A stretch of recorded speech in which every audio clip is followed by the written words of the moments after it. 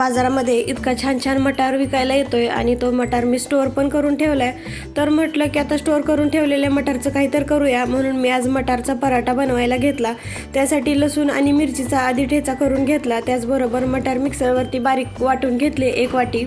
नंतर मला त्या मटारला बारीक केलेल्या मटारला फोडणी द्यायची होती, त्यासाठी इथं मी कढई तापत ठेवली, त्यामध्ये तेल टाकलं, त्याचबरोबर जिरे मोहरी टाकून छान असं परतून घेतलं। त्याचबरोबर लसूण आणि मिरचीचा जो ठेचा केला होता तर तो ठेचा टाकला, छान असं भाजून घेतला जेणेकरून त्याचा कच्चा वास निघून जाईल।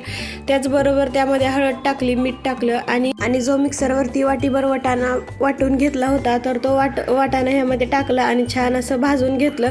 थोडंसं कढईला चिकटतं पण छान असं खरडून घ्यायचं जेणेकरून करपलं नाही पाहिजे। छान असं भाजून घेतलं की नंतर मग ते मी एका वाटीमध्ये काढून ठेवलं जेणेकरून ते थंड पण झालं पाहिजे। मग थंड करण्यासाठी वाटीत काढून घेतलं। मग नंतर मला त्याचा पराठा बनवायचा होता, त्यासाठी मी इथं पीठ पण मळून ठेवलं होतं आधीच। तर पिठाचा जेवढा आपण चपातीसाठी गोळा घेतो ना छोटासा, तर तेवढा गोळा घ्यायचा आणि हाताने त्याची वाटी बनवायची आणि बनवलेल्या वाटीमध्ये हे जे आपण मटारचं मिश्रण बनवलं होतं तर ते मिश्रण त्यामध्ये घालायचं आणि छान असं पॅक करून घ्यायचं। जसं आपण पुरणपोळीला करतो ना तसंच करून घ्यायचं, छान असं पॅक करून घ्यायचं। सुरुवातीला मी छोटाच पराठा बनवायला घेतला जेणेकरून तो फुटणार नाही, कारण मी पहिल्यांदाच बनवत होती।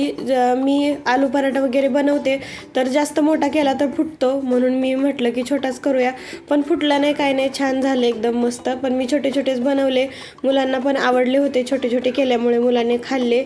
नंतर पराठा जो आहे तर तो लाटून घेतला दोन्ही साईडने आणि छान पातळ पण जास्त करायचं नाही आणि जास्त जाड पण ठेवायचं नाही, आतून पण छान भाजला पाहिजे म्हणून। नंतर मग मी इथं तवा तापत ठेवला आणि तव्यावरती थोडंसं तेल टाकलं।